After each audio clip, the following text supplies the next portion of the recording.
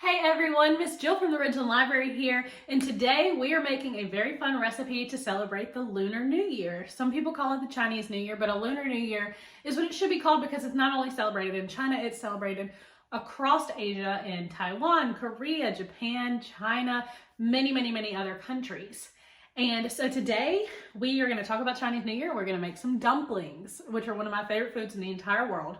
So let's talk about Lunar New Year. Lunar New Year is celebrated in these Asian cultures as a time of new beginnings, and they eat special foods to represent different things. I'm making dumplings because they symbolize wealth and luck, and there are some really fun traditions that go along with cooking them. Every year in the lunar calendar is represented by a different animal, and it goes around in a cycle. Last year, 2020, was the year of the rat. This year, 2021, is the year of the ox. And next year, 2022, is the year of the tiger. And so we are going to make our dumplings, and I learned a lot of really fun things about them, like different fillings mean different things. We're going to do beef dumplings today. I've never made beef dumplings, so this will be really exciting. And I've learned that it's kind of like king cake. You know how they put like a little plastic or glass baby inside the king cake, and whoever gets it is supposed to have luck that year?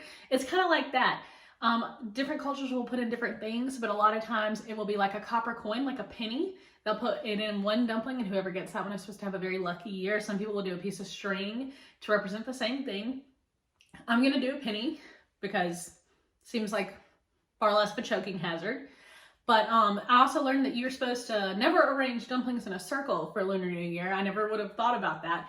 But if you put them in a circle, it represents your life just going in circles, never moving forward, just doing the same thing over and over again. So you're supposed to put them in lines. And we've got some really fun ingredients. This is going to be a really fun recipe to make. I've always wanted to make dumplings, always. And so this was a really great excuse to do that. So without much further ado, let's get started.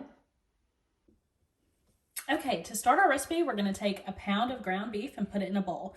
You're going to want some ground beef that has a little bit more fat content. I got 80% lean, so that it has about 20% fat content. That's because beef is so lean that it will dry up very easily. And that goes into our next step as well. We're going to take half a cup of chicken broth and add it into the meat, just like that.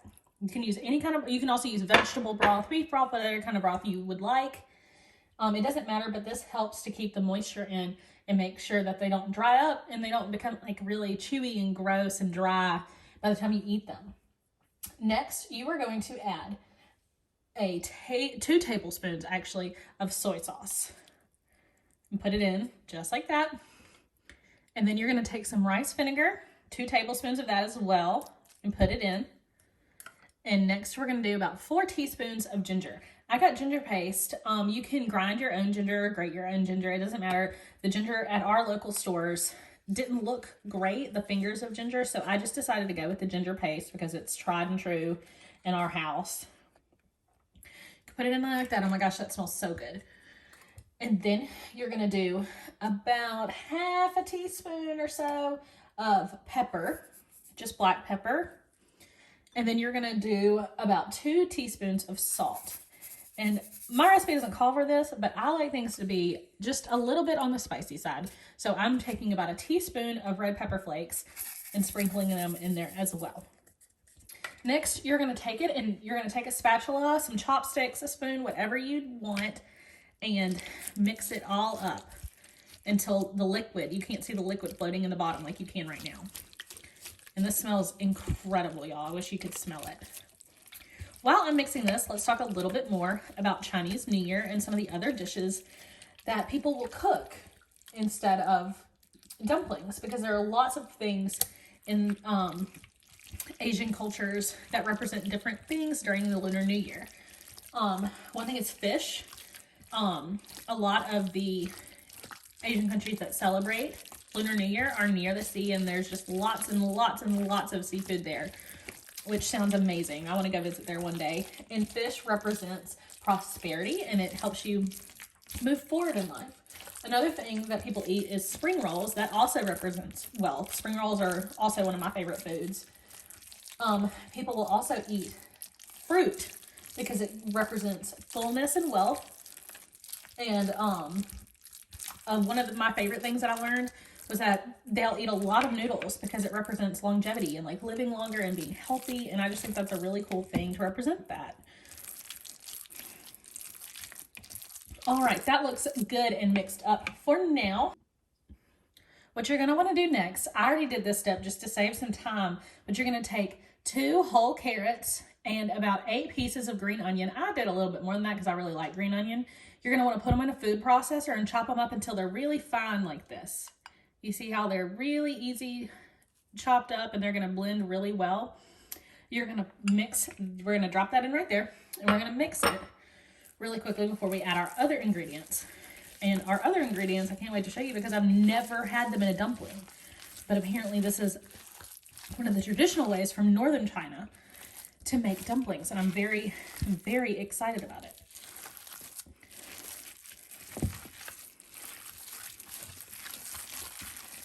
All right, our next exciting ingredients are corn and peas. Guys, I've never had corn and peas in a dumpling before, but they recommend that you use frozen corn because the texture is a little bit better. And so I am gonna dump these in there. You're gonna use a cup of each. I probably should have used a bigger bowl, but oh well, we'll just be real careful. And you're gonna mix that up until it's real good mixed up.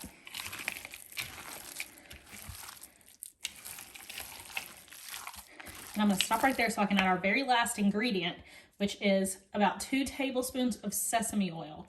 And y'all, sesame oil is one of my favorite smells in the entire world. If they made a sesame oil scented candle, I would 110% buy it. I love this smell. It's really strong, but it is just such like, I don't know, it just smells like my favorite foods. And I think that's why I like it so much.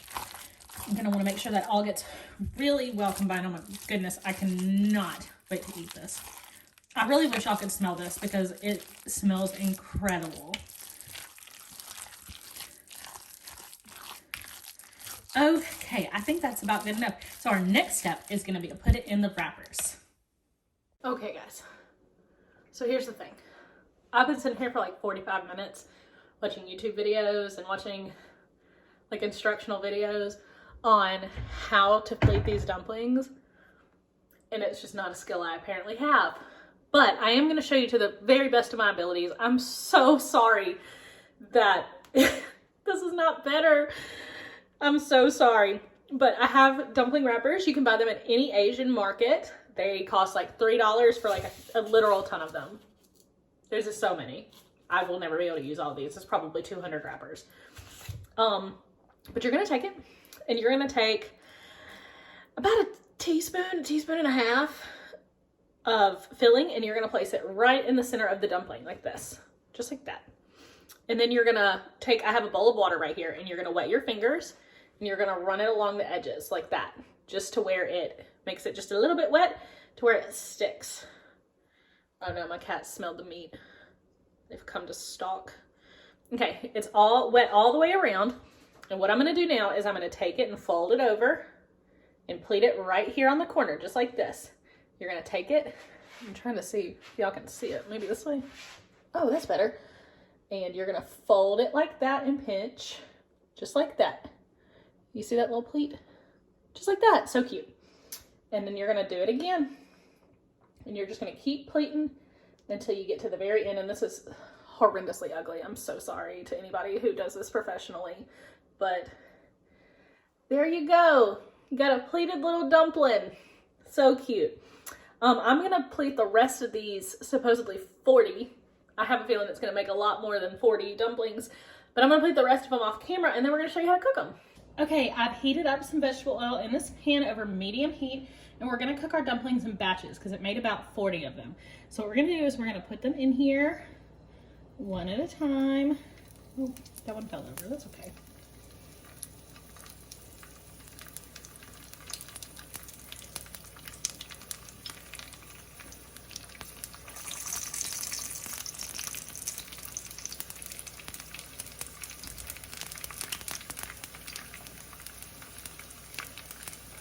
We're gonna cook them like that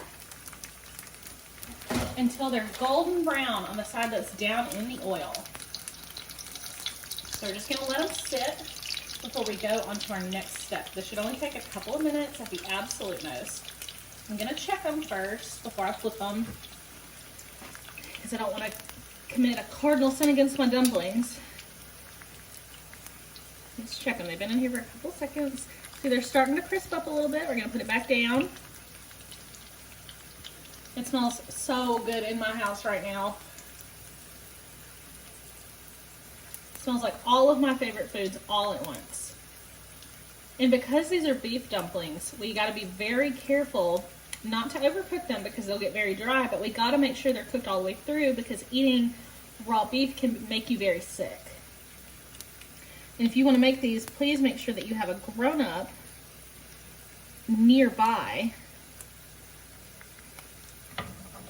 Just making sure that they're not sticking, because we definitely don't want them to stick.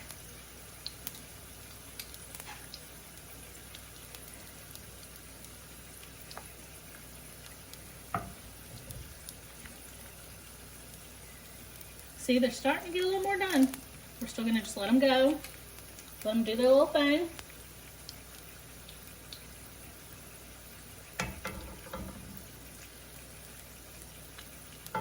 A couple of them are probably gonna need just a little bit more time than others. And you need to be very careful because if the filling starts to spill out a little bit, it will pop and it can really hurt you. Because this one started to spatter just a little bit. You just gotta be very careful.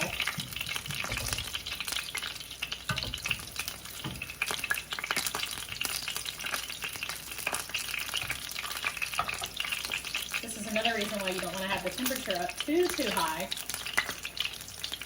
Okay, I'm going to start slowly flipping them. Look how perfect that looks. Oh my goodness. We're going to flip them over to the side that isn't cooked yet. So we make sure that everything gets nice and cooked. It needs a second longer.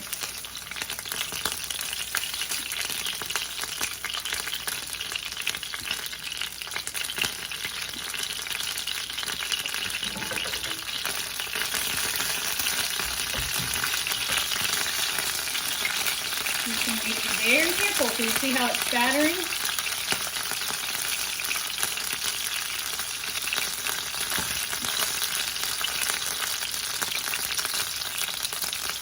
That one looks great.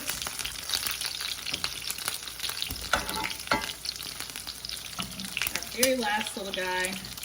Okay, now what you're going to do, this part you need to be very careful and you need to have your lid to your skillet ready. You're going to put about 2 tablespoons of water into the dish. Covered it up. We've covered it up. We're going to let them cook for about 2 minutes. Just to make sure they're actually finished. And see, the reason why I put the lid on there, I don't know if y'all can hear it, but it is spattering like crazy.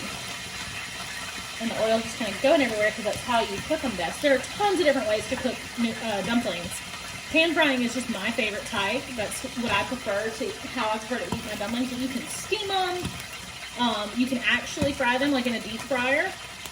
I like all dumplings, but this is just kind of my favorite way to eat them.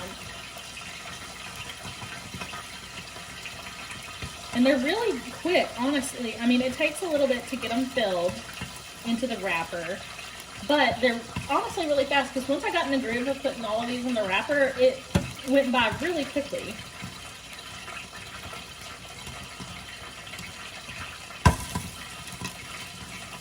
See, that's why I put the lid on there. So I hear that big pop. Honestly, I'm just very impressed that the filling, they haven't popped open, the filling isn't going everywhere. I'm calling it a success before I even taste them. Because, honestly, this is more than I could have asked for. Oh, they smell so good.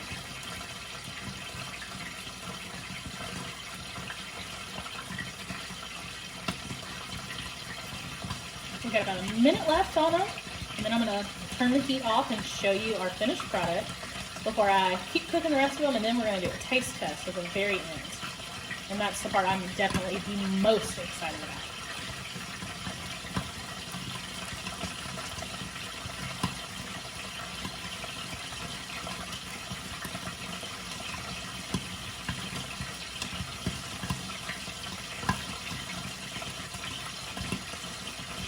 Okay. I'm turning the heat off, and I'm going to let them sit for just a second with the heat off so that the oil will quit spattering before I take the lid off. Because I definitely don't want to burn myself. That would be very upsetting and sad.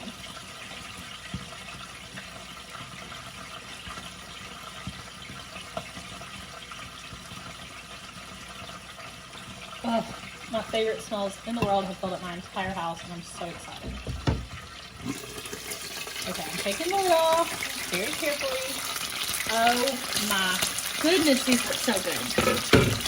They're still spattering a little bit, but let's take a step back. So also, oh my gosh, look how amazing that looks. That looks great. Okay, I'm gonna take these off of the pan, and I'm gonna continue cooking, and when all of them are done, we're gonna be back for our final taste test. Okay, they're still cooking, but I could not wait another second to eat these. I mean, they look incredible. So good. And I made a little dipping sauce. So we're going to give them a taste.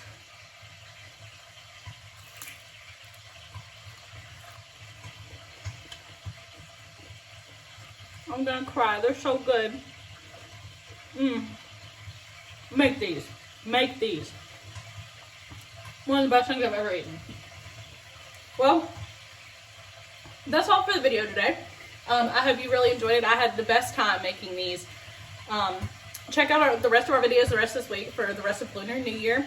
We've got tons of books about Chinese and Lunar New Year in the library. Please come check them out. Come visit us at our curbside hours or make an appointment to come browse with us. Until we get to see you again, we miss you at the library, and I'll see y'all next time. Bye!